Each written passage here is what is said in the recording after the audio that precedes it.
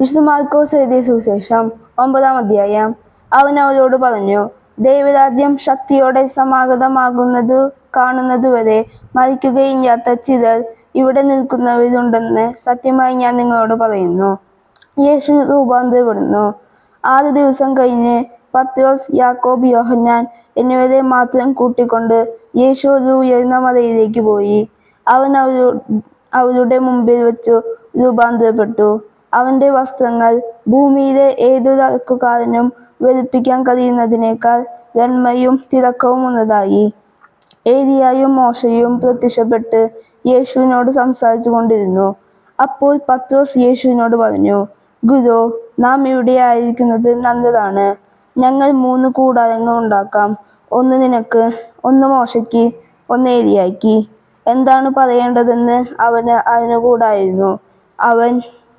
അവർ അത്രയ്ക്ക് ഭയപ്പെട്ടിരുന്നു. അപ്പോൾ ഒരു മേഘം വന്ന് അവരെ ആവരണം ചെയ്തു. മേഘത്തിൽ നിന്നൊരു സ്വരം പുറപ്പെട്ടു, ഇവൻ എൻ്റെ പ്രിയപുത്രൻ, ഇവന്റെ വാക്കു ശ്രവിക്കുവിൻ. അവർ ചുറ്റും നോക്കി. യേശുവിനെ അല്ലാതെ മറ്റാരെയും തങ്ങളോടുകൂടെ അവർ കണ്ടില്ല. അവർ കണ്ട കാര്യങ്ങൾ മനുഷ്യപുത്രൻ മരിച്ചവരിൽ നിന്ന് ഉയർക്കുന്നത് വരെ ആരോടും പറയരുതെന്ന് മലയിൽ നിന്ന് ഇറങ്ങിപ്പോരുമ്പോൾ അവൻ അവരോട് കൽപ്പിച്ചു. മരിച്ചവരിൽ നിന്ന് ഉയർക്കുകയെന്നത് എന്താണെന്നു ചിന്തിച്ചുകൊണ്ട് അവർ ഈ വചനം രഹസ്യമായി സൂക്ഷിച്ചു. അവർ അവനോട് ചോദിച്ചു, ഏലിയ ആദ്യം വരണമെന്ന് നിയമജ്ഞർ പറയുന്നത് എന്തുകൊണ്ടാണ്? അവൻ പറഞ്ഞു, ഏലിയ ആദ്യമേ വന്ന് എല്ലാം പുനഃസ്ഥാപിക്കും. മനുഷ്യപുത്രൻ വളരെ പീഡകൾ സഹിക്കുകയും നിന്ദനങ്ങൾ ഏൽക്കുകയും ചെയ്യണമെന്ന് എഴുതപ്പെട്ടിരിക്കുന്നത് എന്തുകൊണ്ട്? ഞാൻ നിങ്ങളോട് പറയുന്നു, ഏലിയ വന്നു കഴിഞ്ഞു. അവനെക്കുറിച്ച് എഴുതപ്പെട്ടിരിക്കുന്നത് പോലെ തന്നെ തങ്ങൾക്കിഷ്ടമുള്ളതെല്ലാം അവർ അവനോട് ചെയ്തു. പിശാചു ബാധിച്ച ബാലനെ സുഖപ്പെടുത്തുന്നു. അവർ ശിഷ്യന്മാരുടെ അടുത്ത് എത്തിയപ്പോൾ വലിയൊരു ജനക്കൂട്ടം അവരുടെ ചുറ്റും കൂടിയിരിക്കുന്നതും നിയമജ്ഞർ അവരോട് തർക്കിച്ചുകൊണ്ടിരിക്കുന്നതും കണ്ടു. അവനെ കണ്ടയുടനെ ജനക്കൂട്ടം മുഴുവൻ വിസ്മയഭരിതരായി ഓടിക്കൂടി അവനെ അഭിവാദനം ചെയ്തു. അവർ അവനോട് ചോദിച്ചു, നിങ്ങൾ എന്താണ് അവരുമായി തർക്കിക്കുന്നത്? ജനക്കൂട്ടത്തിൽ ഒരാൾ മറുപടി പറഞ്ഞു, ഗുരോ, ഞാൻ എൻ്റെ മകനെ അങ്ങയുടെ അടുത്ത് കൊണ്ടുവന്നിട്ടുണ്ട്. മൂകനായ ഒരു ആത്മാവ് അവനെ ആവേശിച്ചിരിക്കുന്നു.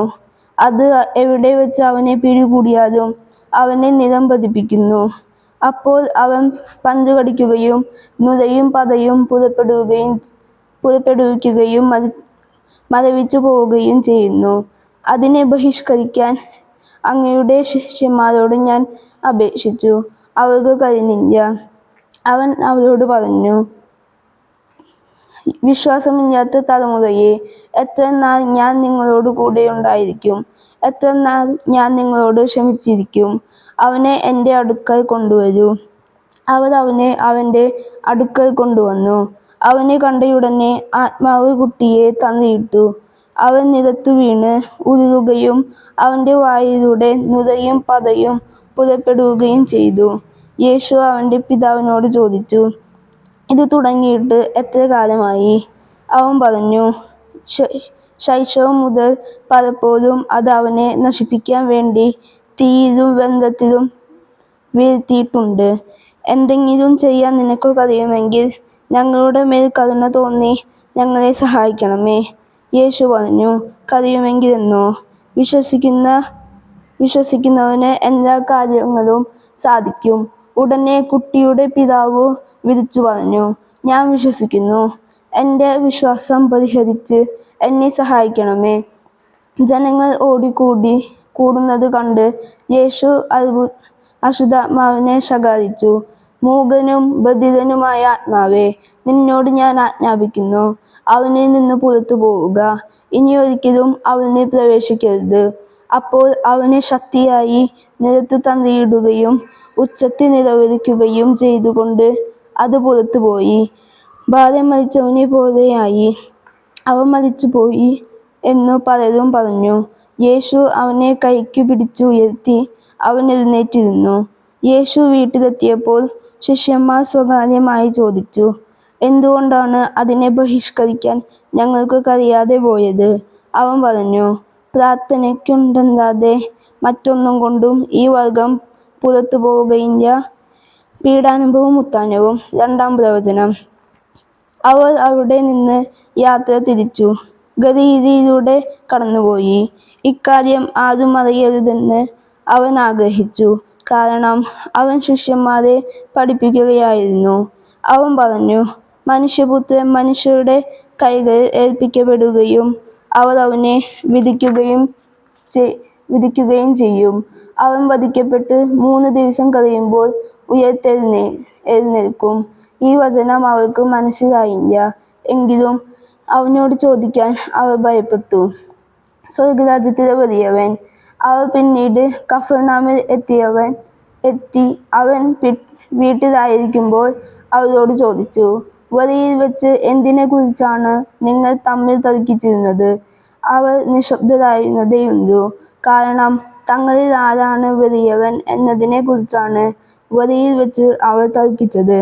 അവൻ ഇരുന്നിട്ട് 12 പേരെയും വിളിച്ചു പറഞ്ഞു, ഒന്നാമതാകാൻ ആഗ്രഹിക്കുന്നവൻ അവസാനത്തവനും എല്ലാവരുടെയും ശുശ്രൂഷകനുമാകണം. അവൻ ഒരു ശിശുവിനെ എടുത്ത് അവരുടെ മധ്യേ നിർത്തി, അവനെ കരങ്ങളിൽ വഹിച്ചുകൊണ്ട് പറഞ്ഞു, ഇതുപോലെയുള്ള ഒരു ശിശുവിനെ എൻ്റെ നാമത്തിൽ സ്വീകരിക്കുന്നവൻ എന്നെ സ്വീകരിക്കുന്നു. എന്നെ സ്വീകരിക്കുന്നവൻ എന്നെയല്ല, എന്നെ അയച്ചവനെയാണ് സ്വീകരിക്കുന്നത്. നമുക്കെതിരല്ലാത്തവൻ നമ്മുടെ ഭാഗത്താണ്. യോഹന്നാൻ അവനോട് പറഞ്ഞു, ഗുരോ, നിന്റെ നാമത്തിൽ പിശാചുക്കളെ പുറത്താക്കുന്ന ഒരാളെ ഞങ്ങൾ കണ്ടു. ഞങ്ങൾ അവനെ തടഞ്ഞു, കാരണം അവൻ നമ്മളെ അനുഗമിച്ചില്ല. യേശു പറഞ്ഞു, അവനെ തടയേണ്ട. ഒരുവന് എൻ്റെ നാമത്തിൽ അത്ഭുതപ്രവൃത്തി ചെയ്യാനും ഉടനെ എന്നെക്കുറിച്ച് ദൂഷണം പറയാനും സാധിക്കുകയില്ല. നമുക്കെതിരല്ലാത്തവൻ നമ്മുടെ പക്ഷത്താണ്. സത്യമായി ഞാൻ നിങ്ങളോട് പറയുന്നു, നിങ്ങൾ ക്രിസ്തുവിനുള്ളവരാകയാൽ അവൻ്റെ നാമത്തിൽ ആരെങ്കിലും നിങ്ങൾക്ക് ഒരു പാത്രം വെള്ളം കുടിക്കാൻ തന്നാൽ അവന് പ്രതിഫലം ലഭിക്കാതിരിക്കുകയില്ല. ദുഷ്പ്രേരണകൾ നൽകാതിരിക്കുക. വിശ്വസിക്കുന്ന ഈ ചെറിയവരിൽ ഒരുവന് ഇടർച്ച വരുത്തുന്നവൻ ആരായാലും അവന് കൂടുതൽ നല്ലത് ഒരു വലിയ തിരിക്കഞ്ചു കഴുത്തിൽ കെട്ടി കടലിൽ എറിയപ്പെടുന്നതാണ്. നിന്റെ കൈ നിനക്ക് ദുഷ്പ്രേരണയ്ക്കു കാരണമാകുന്നെങ്കിൽ അത് വെട്ടിക്കളയുക.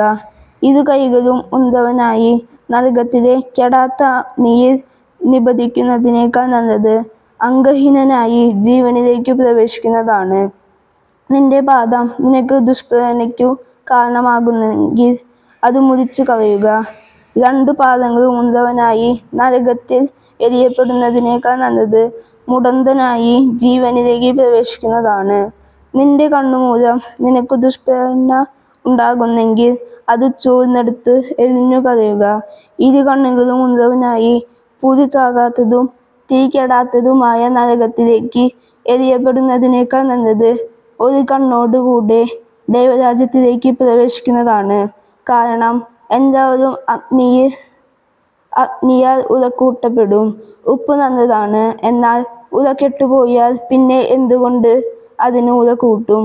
നിങ്ങളിൽ ഉപ്പുണ്ടായിരിക്കട്ടെ, പരസ്പരം സമാധാനത്തിൽ വർദ്ധിക്കുകയും ചെയ്യുവിൻ.